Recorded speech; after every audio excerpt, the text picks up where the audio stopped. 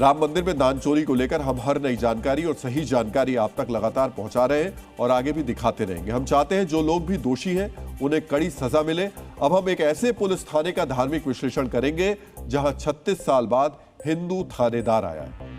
यह खबर बिहार की राजधानी पटना से आई है, जहां एक थाने में 36 साल से सिर्फ मुस्लिम को ही थानाध्यक्ष बनाया जाता था। यानी थानाध्यक्ष की कुर्सी को धर्म के नाम पर अघोषित तौर पर आरक्षित कर दिया गया था। लेकिन अब पटना के पीर बहोर थाने को 3.5 दशक के बाद हिंदू थानाध्यक्ष मिला है। राम कुमार सिंह को इस थाने का प्रभार दिया गया है। कहने को यह एक सामान्य तबादला है, एक रूटीन प्रक्रिया है, लेकिन यह नियुक्ति 36 साल पुराने उस अलिखित नियम का टूटना है जिसे वोट बैंक की राजनीति ने जन्म दिया था।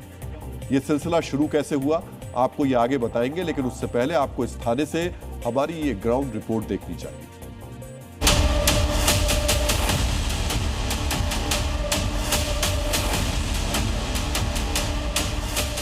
पटना का पीर बहोर थाना बहुत ही इम्पोर्टेंट थाना है।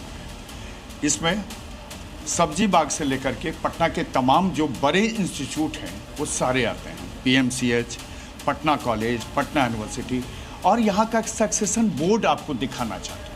आप देख लीजिए 1993 में यहाँ जेड अहमद यहाँ के इंस्पेक्टर होके आए थे और उसके बाद लगातार जो सक्सेशन बोर्ड पर नाम है सारे मुस्लिम जो अधिकारी होते थे उन्हीं की यहाँ पोस्टिंग होती थी।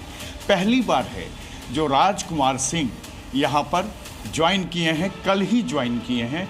और देख लीजिए, और इनका ये सबसे पहला मोटो है कि इलाके के जितने भी लोग हैं वो इनके काम को जाने और कानून व्यवस्था मेंटेन करने में इनकी मदद करें। आम जनता का विश्वासशील हो, उनके मन में किसी प्रकार का भय नहीं हो, उनमें उनके जान माल की सुरक्षा की एकदम निश्चिंतता हो और वो निश्चिंत होकर रहे। ये हमारा प्रयास रहेगा कि उनको अच्छे प्रशासन, पुलिस प्रशासन उनको मिले। 36 साल बाद यहाँ पर हिंदू अधिकारी। जी हाँ, अच्छी बात है। अच्छी बात है। हाँ, एकदम अच्छी बात है। ये 36 साल मेरे ख्याल से बहुत लेट लग गया, ये पहले भी होना चाहिए था। सारे धर्मों जो लोग कास्टिज्म पे बात करते थे कि मतलब कि ऐसे अगर मुस्लिम है तो मुस्लिम ही रहेगा, हिंदू मुस्लिम जो करते थे, तो वो एक अच्छा बात है कि सारे धर्मों को मौका मिल रहा है। तो ये बहुत सौभाग्य की बात है पीर बहोर थाना के लिए कि वो हिंदू मिला है। अरुण चौधरी साहब ने खुद बताया था कि हम एक स्ट्रॉन्ग आदमी को वहाँ रहना चाहते हैं, डिप्लोमेट को नहीं। तो उसमें वो जीरो किया उन लोगों ने कि जेड अहमद की पोस्टिंग। पीर बहोर थाने के पूर्व मुस्लिम थानाध्यक्ष जेड अहमद के मुताबिक उन्हें उनकी काबिलियत की वजह से इस थाने का प्रभार दिया गया। लेकिन यहाँ यह सवाल उठता है कि बिहार में बीते 36 साल में कोई भी काबिल हिंदू पुलिस अफसर नहीं हुआ जो इस क्षेत्र को संभाल सके। इस सवाल के जवाब को जानने के लिए आपको 3.5 दशक पहले के राजनीतिक परिवेश को समझना होगा। 1990 में जब बिहार में लालू प्रसाद यादव के नेतृत्व में नई सरकार बनी थी, तब बिहार की राजनीति में MY यानी मुस्लिम यादव समीकरण ने अपनी जड़ें जमाई थी। इस राजनीतिक समीकरण को जमीन पर मजबूत करने के लिए प्रशासन का भी उसी हिसाब से बंटवारा किया गया। तुष्टीकरण की इस राजनीति में एक अदृश्य लक्ष्मण रेखा खींच दी गई। पीर बहोर और फुलवारी शरीफ जैसे मुस्लिम बहुल इलाकों में थानाध्यक्ष की पोस्ट को मुस्लिम पुलिस अधिकारियों के लिए रिजर्व कर दिया गया। दानापुर और फतुहा जैसे इलाकों में जहां यादव बहुल आबादी थी, वहां यादव जाति के पुलिस अफसरों को ही थानेदार बनाया जाता था। समय के साथ साथ पुलिस प्रशासन में इस अघोषित नियम को खत्म किया गया।